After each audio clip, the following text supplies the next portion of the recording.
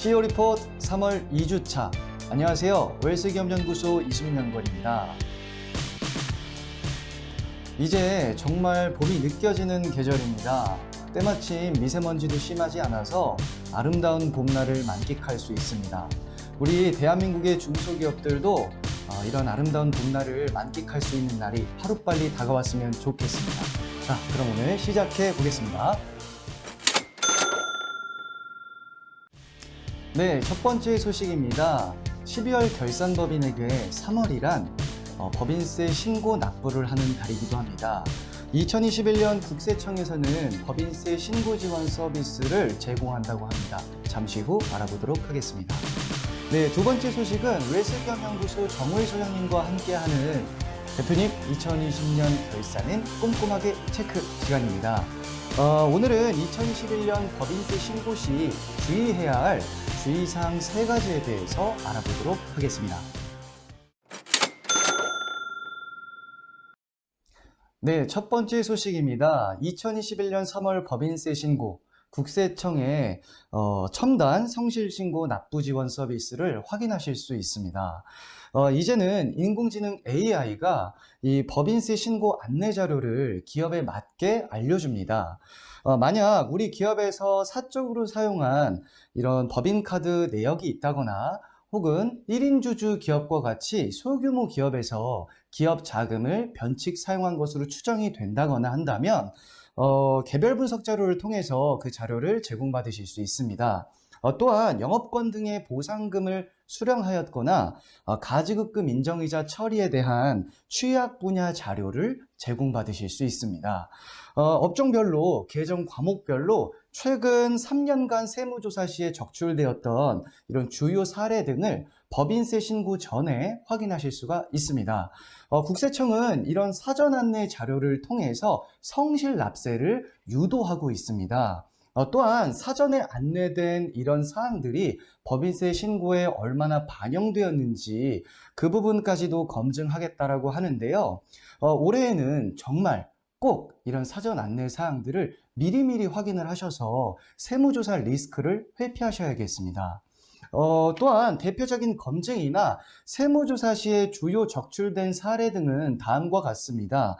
첫 번째, 업무용 승용차 운행일지 작성 및 비용 처리의 정당 여부. 두 번째, 대표이사 가족, 인건비 지급에 관련한 부당 행위 점검. 세 번째, 연구인력 개발 세액공제의 공정한 공제 확인. 네 번째, 특허권 등의 양도로 법인 자금을 부당 유출하진 않았는지 그 여부. 다섯 번째, 법인의 자산을 사적인 용도로 취득하였는지 그 여부. 여섯 번째로는 업무 무관 가지급금 인정이자 관련 회계 및 세무 처리의 정당성 여부 등입니다. 예를 들어서 법인의 가수금이 있다고 가정해 보겠습니다.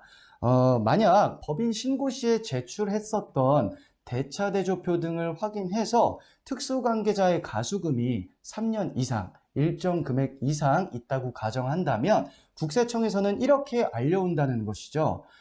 모든 것을 다 알고 있으니 매출 누락한 것이 있다면 당장 세금을 납부해 라고 알려온다는 것입니다.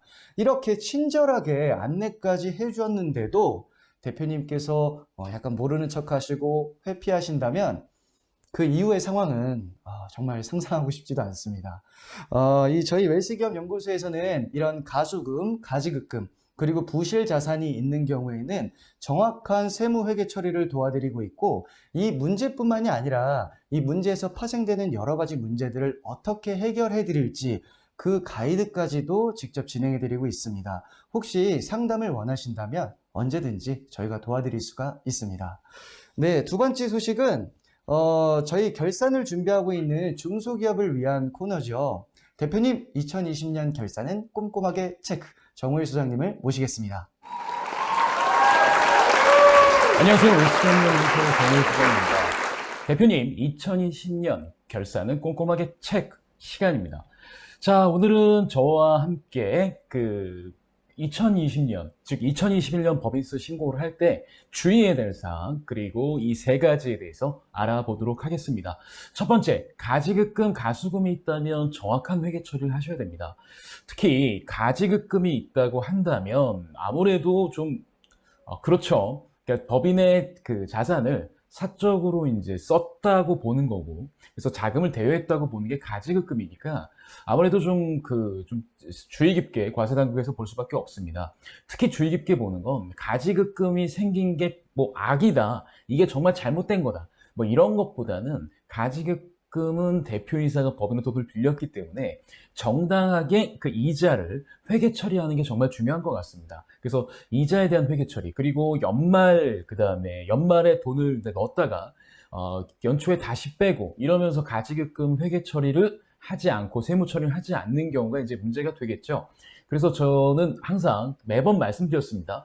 가지급금이 있다라면 결산을 통해서 가지급금 인정이자만큼은 꼭 납입하셔 가셔서 가급적이면 이제 불이익을 당하지 않도록 하시는 게 좋습니다. 제가 권장드리는 건 가지급금 인정이자만큼은 꼭 대표님께서 직접 납입하시길 권장드리고요.